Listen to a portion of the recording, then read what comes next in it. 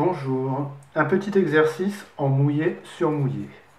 On commence par mouiller toute la surface, largement, avec une brosse assez large. Voilà.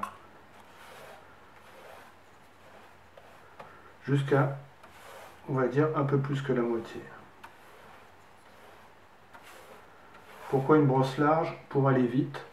De cette manière, le papier reste entièrement humidifié. Voilà, c'est fini. Donc, un coucher de soleil en mouillé sur mouillé. On va commencer par du jaune de cadmium. On y va largement.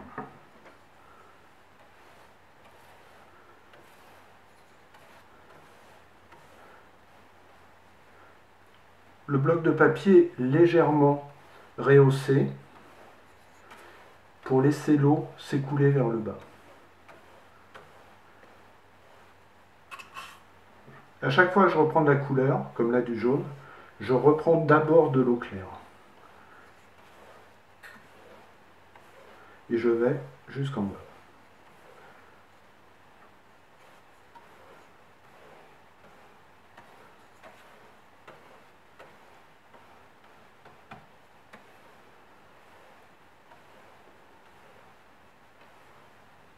Voilà. Maintenant, du rouge de cadmium qui va se mélanger avec le jaune et nous donner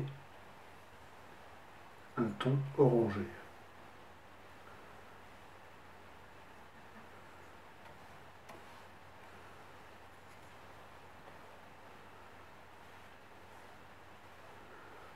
Je vais laisser, comme c'est un coucher de soleil, on va laisser le soleil jaune au centre. En fait, je m'arrête là et je laisse ce jaune.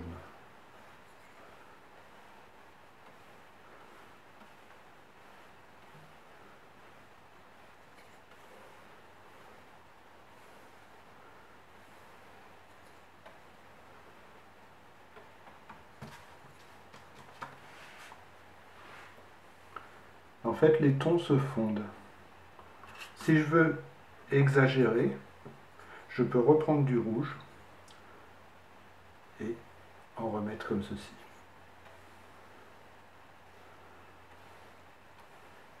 Mais à chaque fois que je fais ça, je dois continuer jusqu'en bas pour ne pas avoir de délimitation. J'ai envie d'avoir un dégradé vraiment fondu. Voilà. Et je ne reprends pas de rouge, je vais tout simplement jusqu'en bas, avec ce qui reste sur mon pinceau.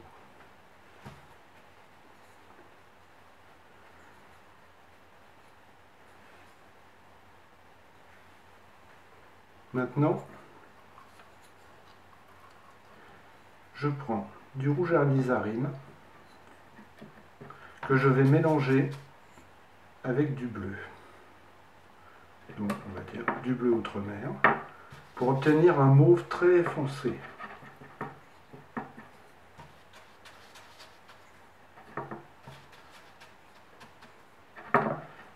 Là par contre, je suis beaucoup moins mouillé, c'est-à-dire j'humidifie beaucoup moins mon pinceau pour avoir du pigment vraiment. Et je vais faire des nuages qui traversent.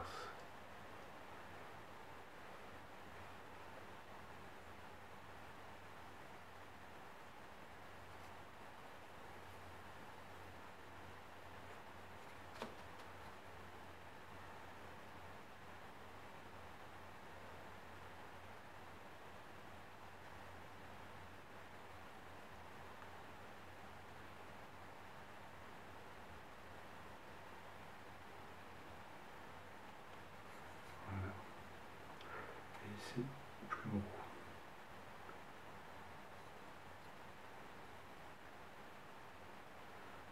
Bien comprendre, ceci est un exercice qui vous permettra de maîtriser le mouillé sur mouillé. Donc, On voit bien ce qui se passe. Et on laisse faire. Je rince mon pinceau. Maintenant, je vais faire le bas. Pour faire ressortir tout ça, on va contraster avec un fond, une sorte de paysage. Je prends donc du vert de Hooker que je mélange avec du rouge alizarine pour obtenir un vert très foncé qui correspondra bien à mon paysage. Et là, dans ce sens-là. On va faire un paysage de végétation. Vu.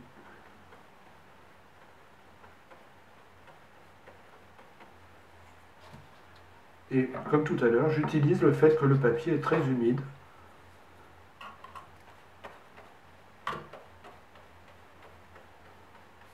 pour avoir des fondus.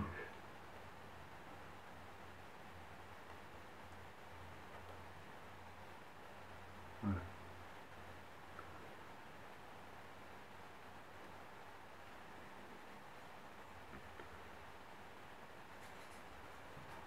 Maintenant, je vais prendre un pinceau plus fin et là, je vais faire des arbres qui se détachent.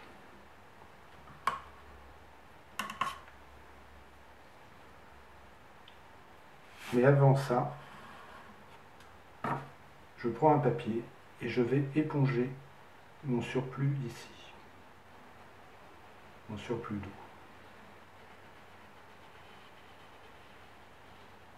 Voilà, comme ça. Maintenant, on peut regarder que comme le papier est penché, on a la couleur qui descend comme ça. Là, suivant la sensibilité de chacun, il peut être amusant de le pencher autrement.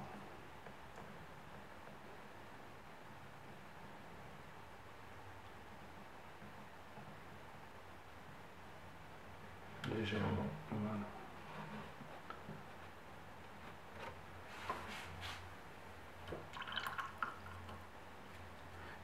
En attendant, je vais reprendre un petit peu de jaune, assez concentré, que je vais mettre dans mon soleil.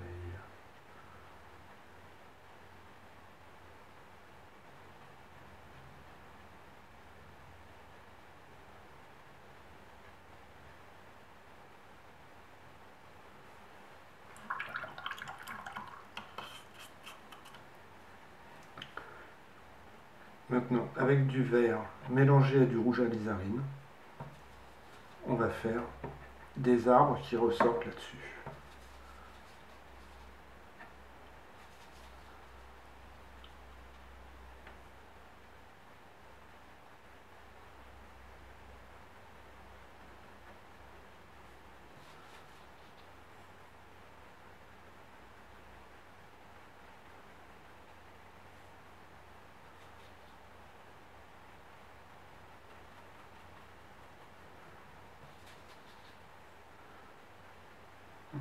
Une végétation un peu aléatoire.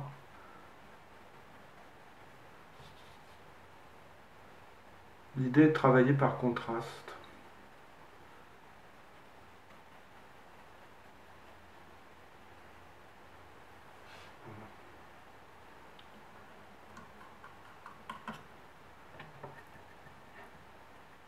Et tant que le papier n'est pas sec, on peut rajouter des détails qui peuvent nous intéresser.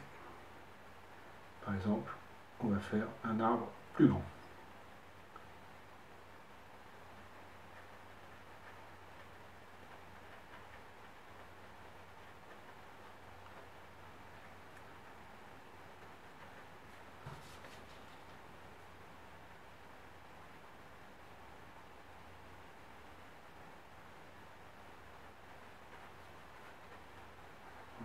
Histoire d'avoir quand même une masse.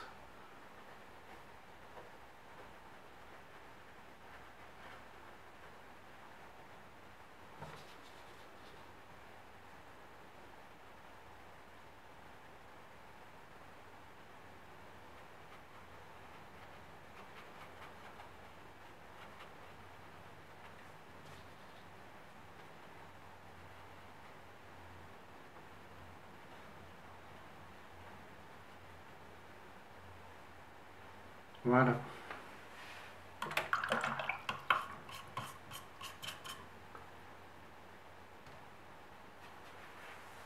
Il n'y a plus qu'à laisser sécher et on enlèvera ce tour qui a été mis avec du papier qui en fait sert pour la peinture dans tous les magasins de bricolage. On a ça.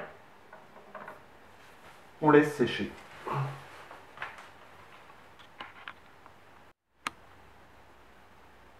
J'ai rajouté quelques oiseaux pour meubler et donner de la profondeur, mais ça suffit. Le plus long dans ce genre d'exercice, c'est d'attendre que le papier soit sec.